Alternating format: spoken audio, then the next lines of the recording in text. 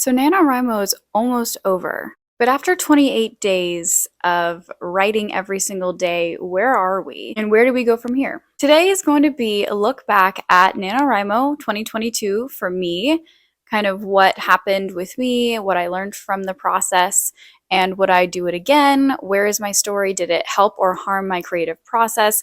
And also, what do other authors think about NaNoWriMo? And are there actual books that have been published that were NaNoWriMo projects? I'm going to talk about all of that in this video, including my plans for this project in the future. So let's talk.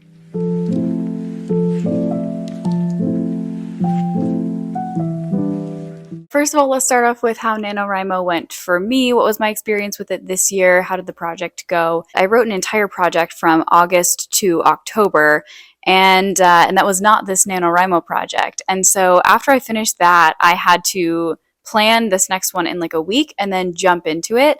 And I thought at first, especially when things started not going well in the first week, things were really, really rocky with my project.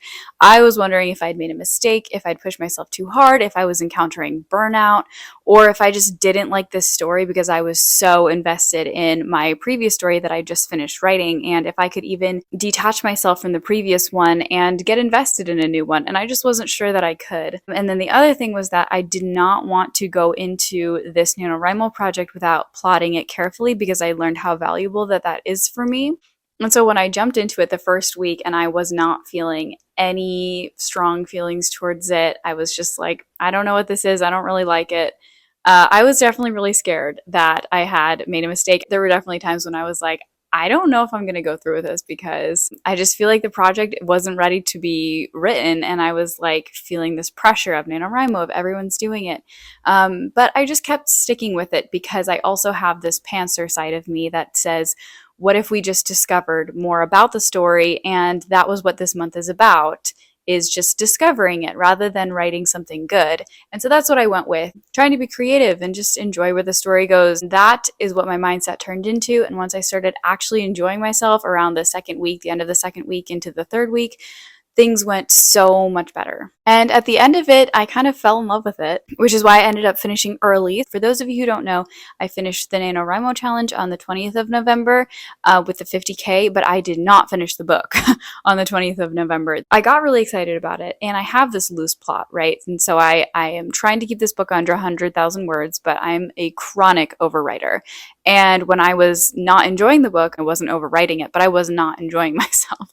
And so then as soon as I started really enjoying myself, I started overwriting. That's kind of just how I do a zero draft. So this book is like well past the 50,000 word mark, and I'm not to the midpoint yet. And I'm thinking, do I need all these scenes? Like, it's still just like this huge work in progress of like pantsing, constructing it as I'm going until I get to the end. So what was NaNoWriMo's role in this? It was that the pressure and the urgency of NaNoWriMo being in November and me having just finished this other book made me jump into something that I would not have if NaNoWriMo hadn't been a thing. And like I said, at first I thought it was a mistake, and then it turns out that I actually really love this story. So NaNoWriMo forced me to fall in love with something new. So it pushed me way out of my comfort zone. And then I also did these writing challenges throughout the month where I accidentally found my perfect writing style actually in my writing session, which is to do 1 hour timers and write within an hour. And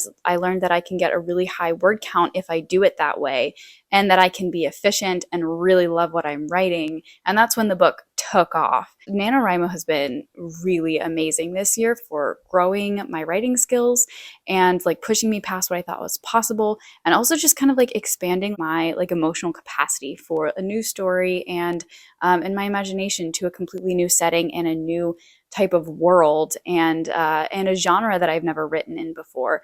So for me, this NaNoWriMo was very, very motivating. I think I'm a very self-motivated person, but that has limits. And so having this extra challenge really like made me do something that like is just beyond what I would have required of myself if it hadn't been there. So what do I think of the actual concept of NaNoWriMo, like in the aggregate, and would I do it again?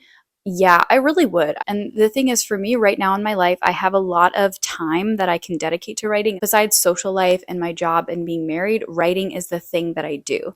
And so I have a lot of time to dedicate to it. And so doing something like NaNoWriMo was a stretch, but it was also manageable. And I don't know if life is going to continue being that way or if it's going to get busier. And so I can't speak for future years and how my situation will be at that point or how my projects will be at that point. But I do have plans to do it next year, depending on how my editing progress goes throughout the first half of the year. So hopefully we'll do it again. And I love that I'm not doing it alone because I have done similar word counts in other months this year past, and those were fun too. But I was doing it alone and doing it with a community and having like every platform that I go on, I see people like encouraging each other and posting their word counts and commiserating if they fall behind and talking about the challenges of writing. And like the community is just very, very active.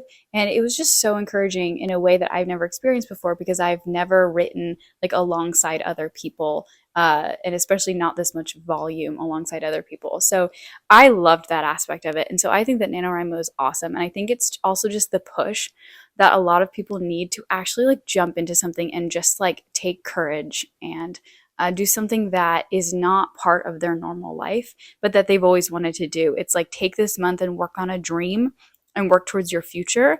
And I think that that's amazing that people actually participate in that. Yeah, I have nothing negative to say about NaNoWriMo, like literally nothing at all. Okay, but then at the end of NaNoWriMo, like we are right now, for those of us who wrote any significant amount, like even a couple chapters or more, so what are we left with? A lot of us are left with something kind of messy and probably half finished.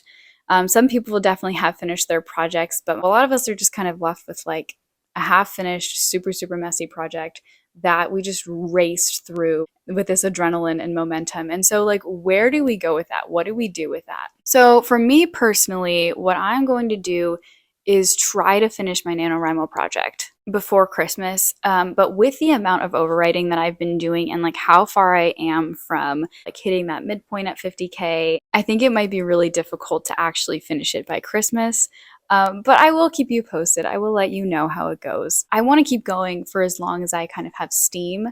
And unfortunately, that does run right into the Christmas holiday. And so I don't know what's going to happen there. But for me, I want to finish this thing, mess and all, overwritten, unedited, and say, this is my draft one of this book, and put it away. And then when I come back and look at it, I can be like, these are all of the thoughts that I had about this story. I put it all down and I can workshop it.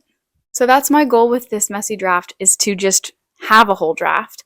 And it's going to take crazy amounts of editing later and maybe a rewrite to get this thing actually ship shape.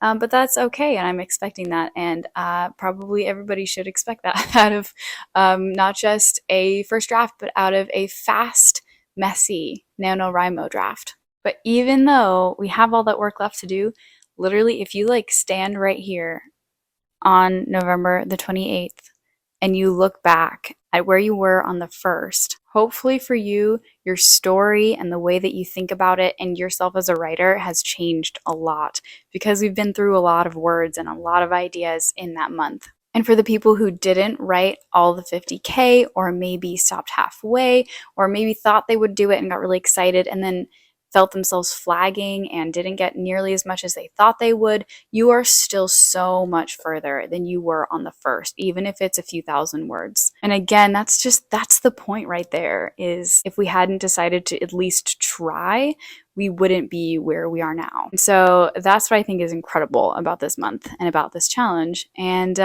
regardless of the work left to do, we've all done a really awesome job at getting where we are. As just a little bit of encouragement, I want to talk about 3 authors whose books started out as messy NaNoWriMo projects and then blossomed into best-selling works.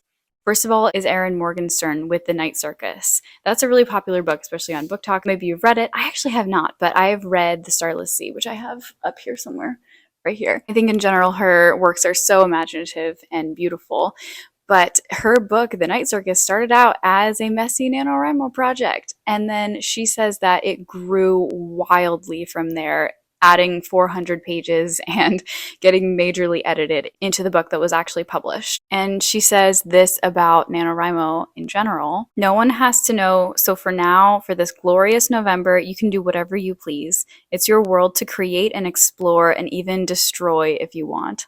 And I love her perspective on that, which is the idea of dreaming and just being creative with this month. It's your playground to do what you want. And that's what she did with the Night Circus. And then after that, the hard work of the editing comes in to make this into a project that then can be given to the world. Another famous author you might know or have heard of is Marissa Meyer. So she wrote the Cinder series, which I also have on my shelf. So I have two of them right here. I have Cinder and Scarlet, and I want to get the others, but I don't have them. I read them a long time ago, and I really, really liked them. But what I didn't know is that she wrote the first three, so I guess that's Cinder, Scarlet, and Crest, in the month of November in 2008, and she wrote 150,000 words. So that is insane to me that she did 150,000 words in the month of November and just got all these three books out because she had a story to tell and she wasn't going to let the pressure or the writer's block stop her. And so she just kept going and she wrote those books. And what she says about it is this: NaNoWriMo forces you to silence that internal editor and just get something written. If you're telling yourself that it's okay to be writing something bad because you can always come back and fix it later, it takes a lot of the pressure off. I obviously agree with that so much, especially because I'm an incredibly messy drafter, like I've been telling you. There's so much that I have to cut, but I just really enjoyed it, and so I wrote it, and that time wasn't wasted because a lot of that's going to stay, and a lot of that was necessary for me to figure out what came next and what was better, and what I enjoyed about the story, what I care about, and what I don't. And so even if you're writing things that are messy or that you think are going to have to get changed, your time is not wasted. This is really, really important stuff that you're doing every hour, every minute that you're actually putting words down and you're making progress. It sounds like her attitude as well is just like, get it down because you will edit later. And it did turn into a best-selling series. And then she added a fourth book, maybe a fifth, I'm not sure. But yeah, she did an insane job with NaNoWriMo, with the community around her, and created this best-selling series, and I think that's super impressive. And the last person I want to talk about is Hugh Howey, who wrote Wool in 2011 for NaNoWriMo, and so he wrote it as a short story first, and then decided to expand it in NaNoWriMo, and then went through some really rigorous editing after that in order to create the book that is now a bestseller. And he says this about NaNoWriMo: I can say with confidence that I wouldn't have written the same books if I'd written them any other way. The compressed nature of a nano novel makes for a tighter plot. It reinforces the importance of not taking a day off. NaNoWriMo isn't a writing exercise for me. It trained me to be a pro. And so this is a really different perspective from Erin Morgenstern and also from Marissa Meyer. They were taking a much more creative, imaginative, messy approach to it. But there's also this approach, which is that, like, in NaNoWriMo, like, you've written with urgency and discipline and diligence, and you have created something out of nothing in 1 month, and maybe you finished your actual book rather than just the 50K. And if you did that, amazing job. And I think we can all take a lesson away from that, which is NaNoWriMo can hone your craft and teach you discipline and diligence. And you can take those skills with you into the rest of your writing life, into months that are not NaNoWriMo or Camp Nano. So I love those two perspectives on it, of just be imaginative and crazy with it and see what happens, but there's a lot of editing ahead of you. And also, like, if you take this opportunity, you can create a really, really tight story and you can train yourself to be an incredible writer through this experience. We've all participated together in becoming better writers, and that's really the important thing about this. So yeah, I'm a big fan of NaNoWriMo. I'm kind of sad to see the month end, to be honest. It's been such a roller coaster.